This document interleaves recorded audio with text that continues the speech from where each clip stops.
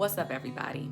My name is Jocelyn Jones, and I'm the author of the book Breaking the Power of the Mask and the founder of a ministry called Faith on the Journey. And this month, we're going to focus on helping individuals who are struggling with grief, because our world has experienced a significant amount of loss in 2020. The loss of family members and friends, businesses and jobs, the loss of being able to fellowship and connect with others, amongst a list of other things. But what makes this situation worse is the fact that our society is frankly grief illiterate. We believe that someone who is perceived to be happy, even if they're just pretending to be, is all of a sudden healthy. And if you're sad, something's wrong with you. We're a society that likes to fix people and do whatever we can to take the pain away, which is why we're so quick to throw medication at someone just to solve an issue.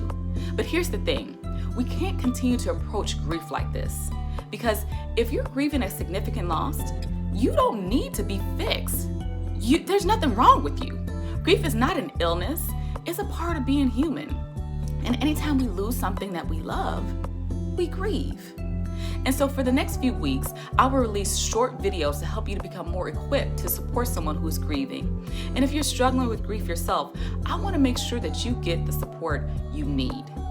So let's start off with a common thing that many of us have heard. Have you ever experienced a loss that was just really devastating to you? Whether it was a divorce, a death, a loss of a business, whatever. And you found yourself struggling several months later after that loss with the pain.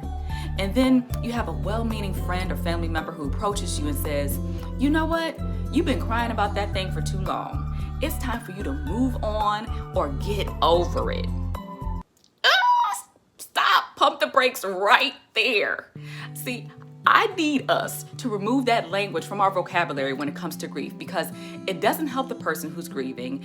And secondly, it's an unrealistic expectation on someone who experienced a devastating loss. I really want you to think about this for a second. If a parent loses a child, when do you suppose they're supposed to just get over missing them? Or if someone loses a spouse that they consider to be the love of their life, when do you believe it's appropriate for them to just move on? The answer is there's no timeline for this, because we'd never get over or move on from loving something we lost.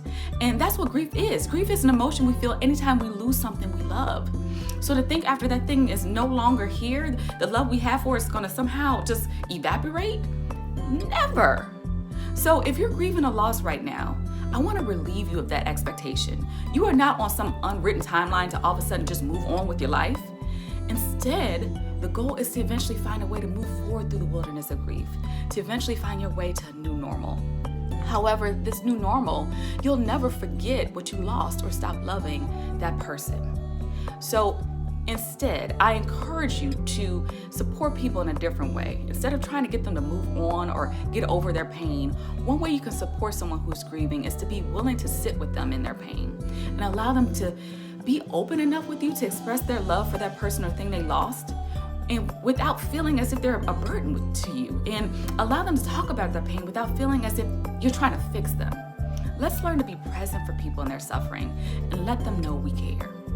So for more videos like this, you can follow me on social media, or if you're watching this on YouTube, you can subscribe to my YouTube channel.